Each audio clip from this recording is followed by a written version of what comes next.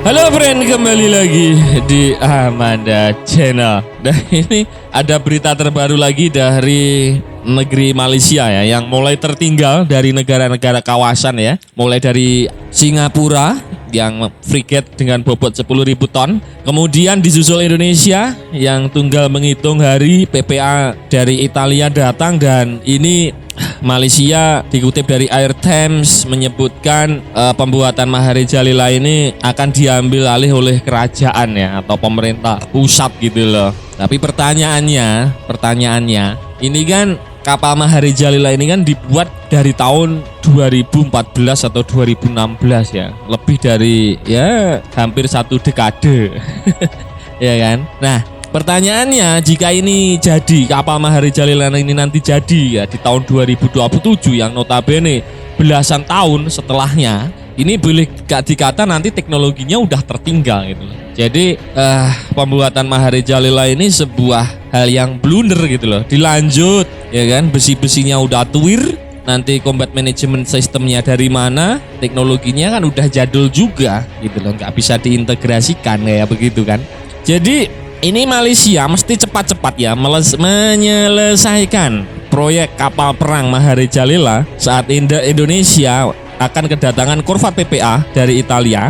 Malaysia mungkin sudah tak percaya diri dengan proyek Mahari Jalila Class, terlebih rival sekitar mempunyai korvet PPA hingga MRCV ya, Singapura yang sekarang dibangun. Singapura membangun 6 frigate dengan bobot 10.000 ton. Tentunya ini buat keder juga, karena ya kedua negara Singapura dan Malaysia ini meskipun dalam satu wadah aliansi FPDA, mereka itu nggak terlalu akur juga, Bren. Seringkali ya perbatasannya digeber-geber pakai F-16 ya kan.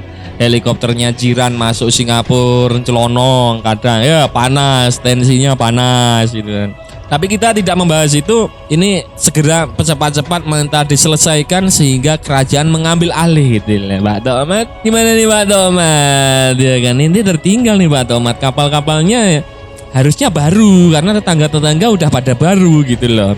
Secara psikologis ini ada tekanan gitu loh, Bren, kepada pemangku kebijakan militer di Malaysia, karena kanan kirinya pada baru. Apalagi Filipina hari ini loh, Filipina hari ini kedatangan rudal Brahmos, satu baterai rudal Brahmos hari ini. Belum pesanan kapal dari Indonesia, Filipina ya kan. Kemudian frigate-nya dari mana? Korea Selatan kalau tidak salah, frigate yang dibeli Filipina itu. Belum pesawat tempur, kapal selam. Dan negara-negara ASEAN ini udah pada gimana ngumpulin kekuatan gitu loh, sedangkan mereka masih gitu-gitu saja gitu. Miris kan? Miris.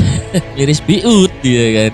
Ku menangis gitu aja Pak Domet. Dan Malaysia membangun Mahari Jalila Class ini sudah lama banget ya. Hingga detik ini belum kelar. Padahal Indonesia juga membeli korvet PPA dalam keadaan langsung jadi. Memang membangun kapal perang bagi negara-negara Asia Tenggara itu sebuah pencapaian tersendiri ya. Indonesia dan Singapura jadi yang terdepan ya soal pembangunan kapal perang di dalam negerinya ya. Kemampuan membangun kapal perang ini tak bisa didapat dengan cara instan begitu saja kayak ente buat mie itu, nggak bisa Pak Tomet. Harus bertahap, harus ada TOT, galangannya harus konsisten. Kalau galangannya udah main-main, pejabatnya main-main ya sorry ya. Pak Prabowo ketawa lihat ente kan. Diperlukan proses serta adanya alih teknologi dari negara yang sudah maju agar bisa membangun sebuah kapal perang sendiri. Contohnya saja ya seperti LPD Indonesia juga kan itu dari TOT, kemudian Sigma Class kayak gitu kan, frigate RE Marta Dinata itu kan juga TOT dari Belanda, dari Damen gitu kan. Memang gak instan gitu loh, gak semudah netizen ente teriak-teriak bully Indonesia. And Kopassus kalau mereka bilang ya kopi susu ya, kurang ajar. Kurang ajar ini anak bapak Domat ini ya kan.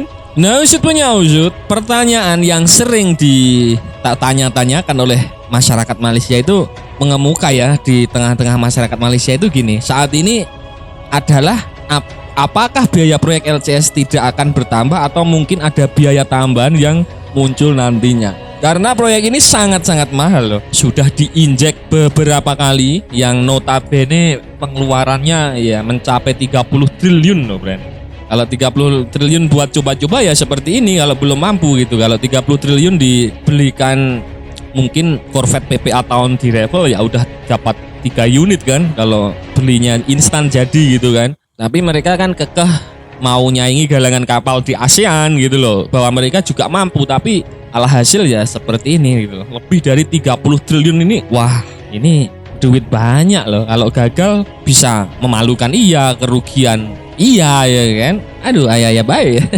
Nah ini dalam 2 tahun ke depan, mega proyek pembangunan kapal tempur pesisir pertama KD Maharejalela diharapkan selesai. Hal ini yang dijanjikan pemerintah melalui Kementerian Pertahanan, Mindep, seperti yang telah ditegaskan selama 2 tahun terakhir, meski kemajuan proyek tersebut masih lambat sekali. Sejak skandal proyek LCS diungkap oleh pemerintah sendiri pada tahun 2019 yang lalu, isu ini menjadi perdebatan banyak pihak, baik yang pro maupun yang kontra ya di dalam negeri Malaysia. Proyek LCS terselamatkan ketika pemerintah memutuskan untuk mengambil alih seluruh proyek. Pembahasan sederhana, Lumut Napal Shipyard SDN BHD atau Lunas yang merupakan entitas baru Baustit Napal Shipyard diambil alih pemerintah melalui Ocean Susin BHD yang merupakan perusahaan milik Menteri Keuangan ya. Baustit Heavy Industry Corporation mengusulkan untuk melepas 27 juta saham biasa di Lumut Napal Shipyard ke OSB ya. Saham tersebut dimiliki oleh Pestream Industri DNBHD yang merupakan anak perusahaan tidak langsung yang dimiliki sepenuhnya oleh BHIC, ditawarkan dengan harga 334 juta ringgit ya. Bukan kaleng-kaleng dan bukan omon-omon.